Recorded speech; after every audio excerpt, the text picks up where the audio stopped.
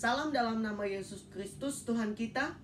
Puji syukur karena kita masih dapat belajar firman Tuhan.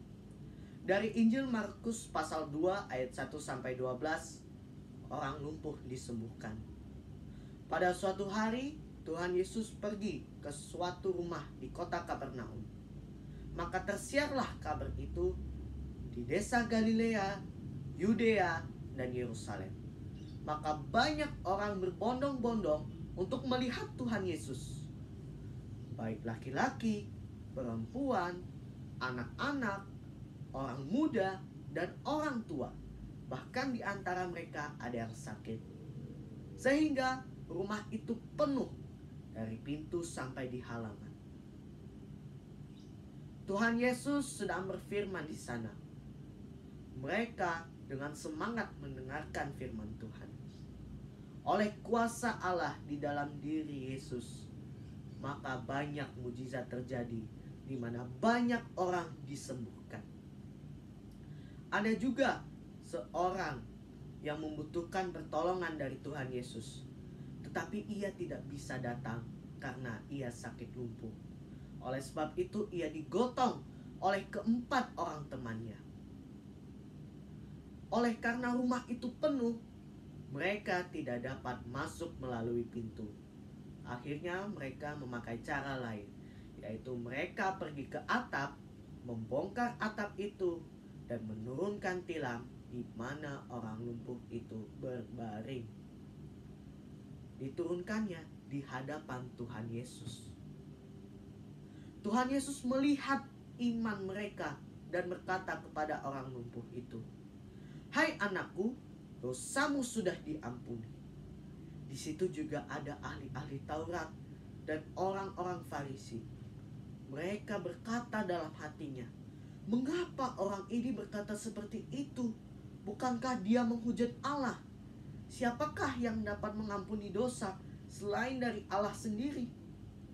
Sebenarnya ahli-ahli Taurat dan orang-orang Farisi itu sebenarnya mereka hanya ingin mencari kesalahan Tuhan Yesus, karena mereka tidak mengenal dan percaya bahwa Tuhan Yesus adalah Tuhan Allah sendiri. Maka Yesus mengetahui isi pikiran mereka dan berkata, "Mengapa kamu berpikir dan berkata seperti itu di dalam hatimu? Bukankah dalam dunia ini Anak Manusia berkuasa mengampuni dosa?" Tidak ada satupun orang yang mampu menjawab pertanyaannya. Lalu Yesus berkata kepada orang lumpuh itu, "Bangunlah, berjalanlah, dan pulanglah ke rumahmu." Seketika itu juga orang lumpuh itu sembuh, berdiri, berjalan, lalu bersyukur. Banyak orang yang melihat kejadian itu sangat takjub dan memuliakan nama Tuhan, sambil berkata, "Yang seperti ini belum pernah kita lihat." Firman pada kali ini memberikan kita 3 pelajaran penting.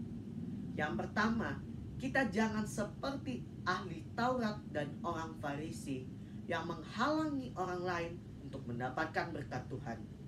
Ini sesuai yang tertera di Injil Matius pasal 23 ayat 13. "Celakalah kamu, hai ahli-ahli Taurat dan orang-orang Farisi, hai kamu orang-orang munafik, karena kamu menutup pintu-pintu kerajaan sorga di depan orang. Sebab kamu sendiri tidak masuk, dan kamu merintangi mereka yang berusaha untuk masuk." Sebenarnya ahli-ahli Taurat dan orang-orang Farisi hanya bisa menghakimi dengan pandangan mereka, yaitu pandangan hukum Taurat. Tetapi mereka tidak bisa menolong, apalagi menjadi berkat. Tetapi hendaknya kita memiliki iman, kasih, dan percaya seperti orang lumpuh ini. Kita baca dari surat Yakobus pasal 2 ayat 17. "Demikian juga halnya dengan iman. Jika iman itu tidak disertai perbuatan, maka iman itu pada hakikatnya adalah mati." Seperti orang lumpuh ini, meskipun ia sakit lumpuh, tetapi karena dia memiliki iman, kasih, dan percaya kepada Tuhan Yesus, maka dia bisa sembuh. Dia bisa berjalan lagi. Dia bisa melompat lagi. Pelajaran yang terakhir, yang ketiga adalah hendaknya kita saling tolong-menolong. Seperti yang tertera di dalam Efesus 4 ayat 2. Hendaklah kamu selalu rendah hati, lemah lembut, dan sabar. Tunjukkanlah kasihmu dalam hal saling membantu. Seperti keempat orang teman dari si lumpuh tadi. Mereka menggotongnya agar apa? Agar bisa bertemu Yesus dan disembuhkan. Ya, kita harus bisa menolong orang lain untuk masuk ke dalam Tuhan Yesus.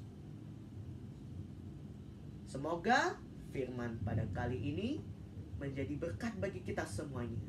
Bukan hanya melihat, mendengar, tetapi menjadi pelaku firman. Semoga hidup kita bermanfaat bagi siapa saja, terutama untuk kemuliaan nama Tuhan. Tuhan Yesus memberkati. Amin.